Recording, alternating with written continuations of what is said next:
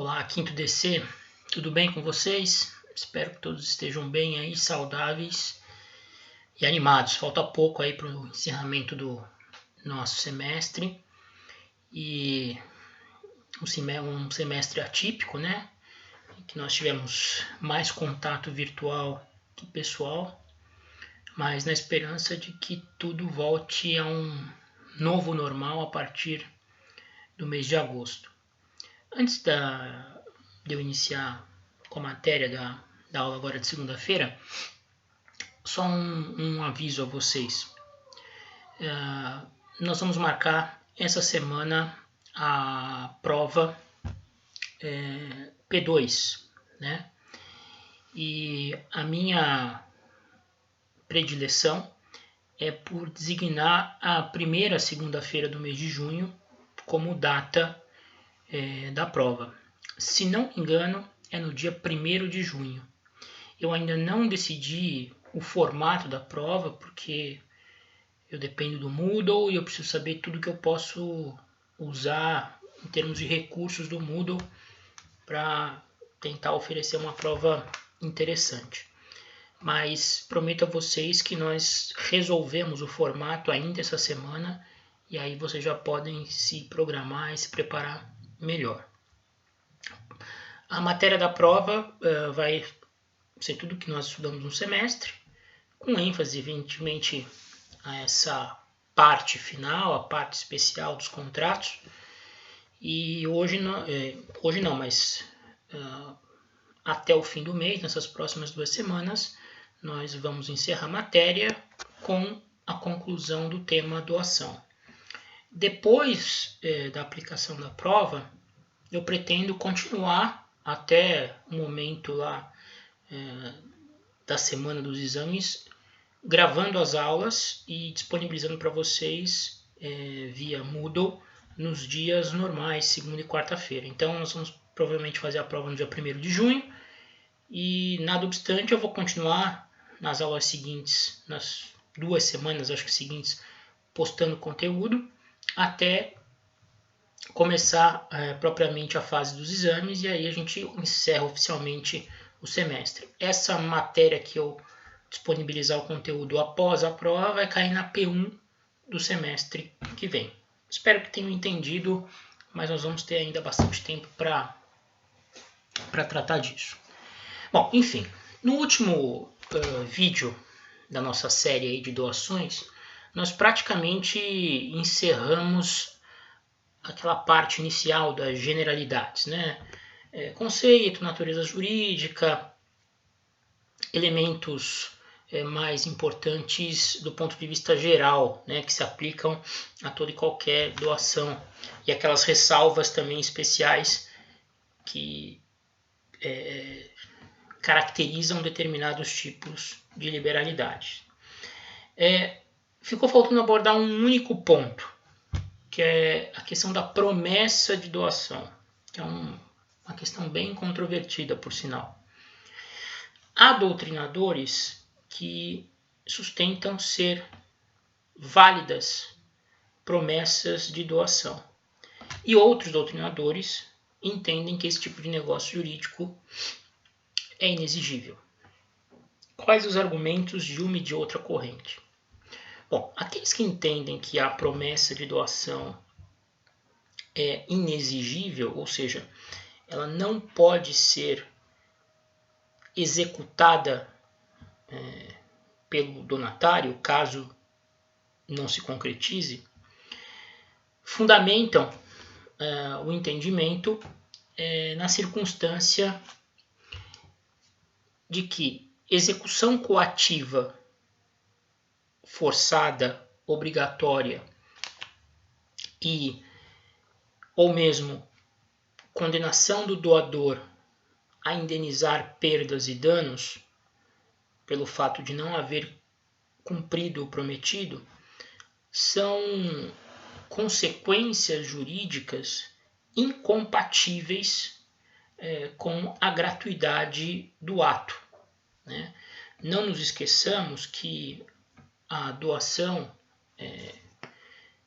em 90% dos casos, não envolverá qualquer espécie de contrapartida do donatário, beneficiário da liberalidade.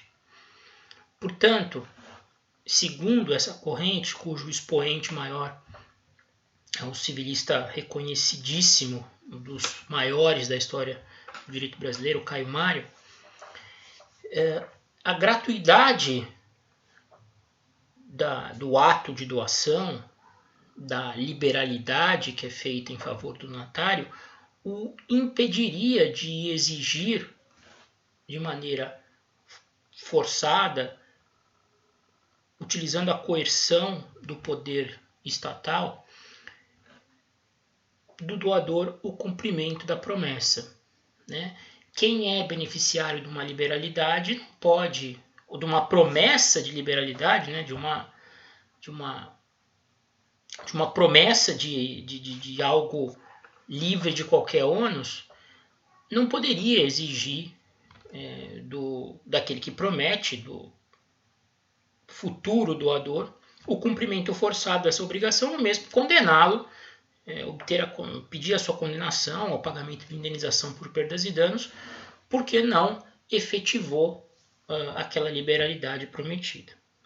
Bom, essa é uma corrente. A outra corrente, que conta também com expoentes do direito civil defendendo, Youssef Carrari, que foi presidente do Tribunal de Justiça aqui de São Paulo, doutrinador clássico do direito civil brasileiro, Washington de Barros Monteiro, também outro gigante, um dos maiores civilistas que o país já teve, sustentam que não há nenhum problema em relação à exigibilidade da promessa de doação. Ambos advogam que se alguém prometeu fazer uma liberalidade e acabou por não efetivá-la no tempo oportuno, aquele que seria o beneficiário dessa liberalidade poderia ingressar com uma ação judicial a fim de obrigar o doador ou o promitente doador a concretizá-la, ou mesmo a pagar uma indenização por perdas e danos em função de não ter cumprido a promessa. Essa corrente, né, utiliza como argumento o fato da manifestação de vontade no sentido da liberalidade ter ocorrido no momento da celebração da promessa. A partir do momento em que aquele que promete fazer a doação assume esse compromisso perante o donatário, criando neste último uma legítima expectativa de usufruir um bem do patrimônio do doador sem qualquer espécie de contrapartida, a recusa no cumprimento da promessa traria um prejuízo para o donatário, que por isso poderia exigir judicialmente o cumprimento da promessa ou mesmo requerer uma indenização por perdas e danos. Né? Aí cabe a vocês a escolha daquele entendimento que lhes pareça mais justo. A jurisprudência, vocês podem consultar, é bastante dividida a respeito.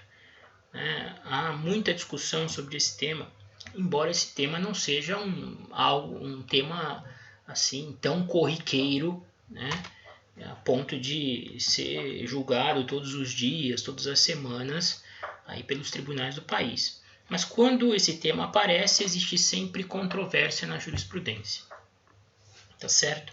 Então, me parece particularmente mais correta a primeira corrente do Caio Mário, que entende ser inexigível esse tipo de negócio, né?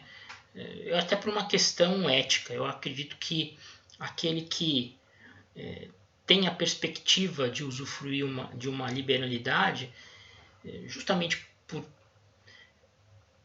não haver comprometido ou se obrigado a qualquer espécie de contraprestação em favor da outra parte, não pode exigir dela o cumprimento daquela promessa, daquilo que era esperado, porém não garantido. Mas esse é um entendimento pessoal meu. Só um detalhe para a gente finalizar esse tema. No caso de doações onerosas, aquelas doações em que o donatário também assume o encargo perante o doador e que, em razão dessa circunstância,